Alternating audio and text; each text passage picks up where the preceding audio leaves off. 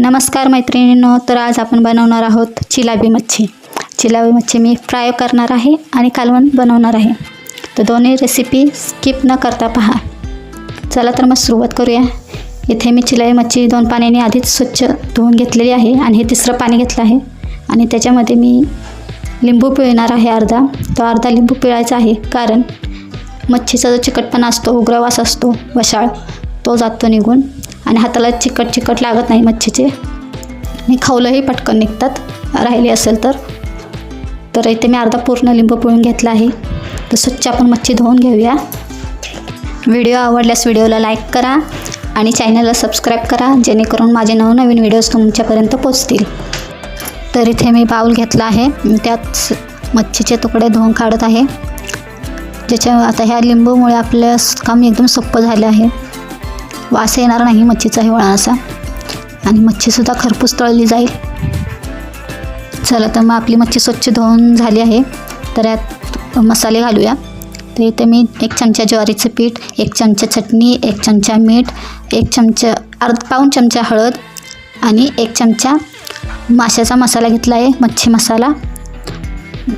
जर तुमच्याकडे आहे तो सुद्धा तुम्ही घालू शकता. तर सर्वात आधी मी चटणी घातली, त्यानंतर माशाचा मसाला आहे तो घातला आहे, गरम मसाला.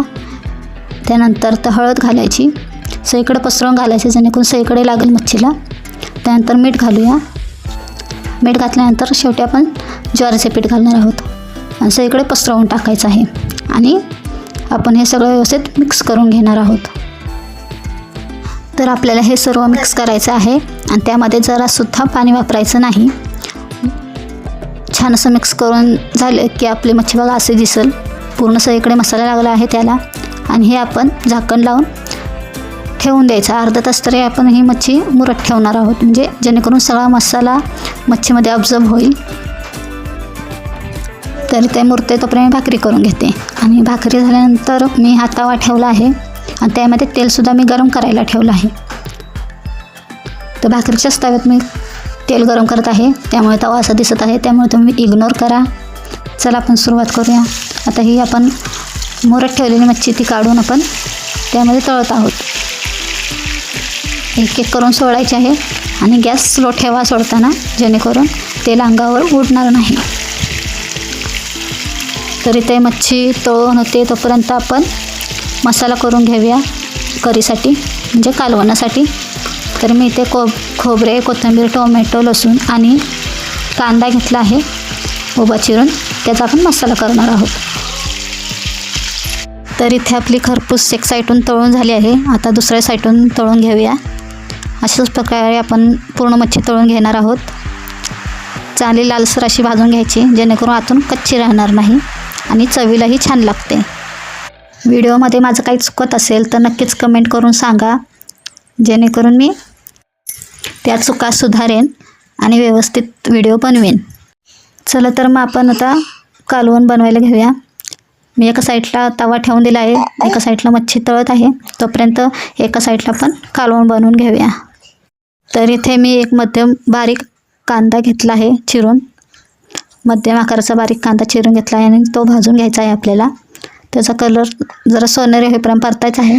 कलर चेंज झाला की त्यामध्ये आपण तेल टाकून घेऊया. इथे मी 1 चमचा तेल घालत आहे. हे सर्व आपल्याला मिक्स करून घ्यायचं आहे आणि छान भाजू द्यायचं आहे. त्यामध्ये छान कांदा भाजून तळून झाला तेलात की मग त्यामध्ये आपण घालणार आहोत जो मसाला आपण बनवला आहे, तो मसाला पण घालायचा आहे याच्यामध्ये. आता या मसाल्यालासुद्धा आपण तेल सुटेपर्यंत चांगला परतून घ्यायचा आहे. तर इथे आपला मसाला भाजून झाला आहे. तर यात मी थोडंसं मच्छीचं तेल घालत आहे.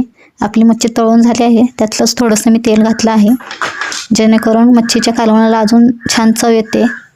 आणि आता मी त्यात थोडीशी चटणी टाकत आहे. तुम्हाला जेवढी हवी तेवढी तुम्ही टाकू शकता.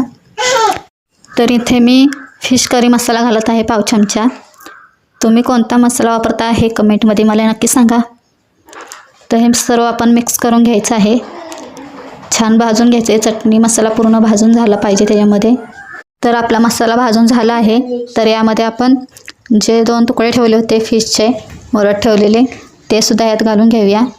आणि हे मी सेपरेट मुरत ठेवले नाही, तर आपण मच्छी मुरत ठेवलेली साफ करून तेव्हा त्यातलेच 2 तुकडे ठेवले आहेत आणि तेच मी याच्यामध्ये घातले आहेत. तर आता यामध्ये मी जे मिक्सरच्या भांड्यात मसाला राहिलेला आहे तो मी धुवून टाकणार आहे. ते सर्व पाणी याच्यामध्ये घालणार आहे. तर यामध्ये तुम्हाला जेवढं हवं तेवढं तुम्ही पाणी घालू शकता. तुम्हाला दाट करायचे असेल करी तर दाट करा, पातळ हवे असेल तर जास्त पाणी घालून पातळ करा. तर इथे मी आता चवीनुसार मीठ घालत आहे.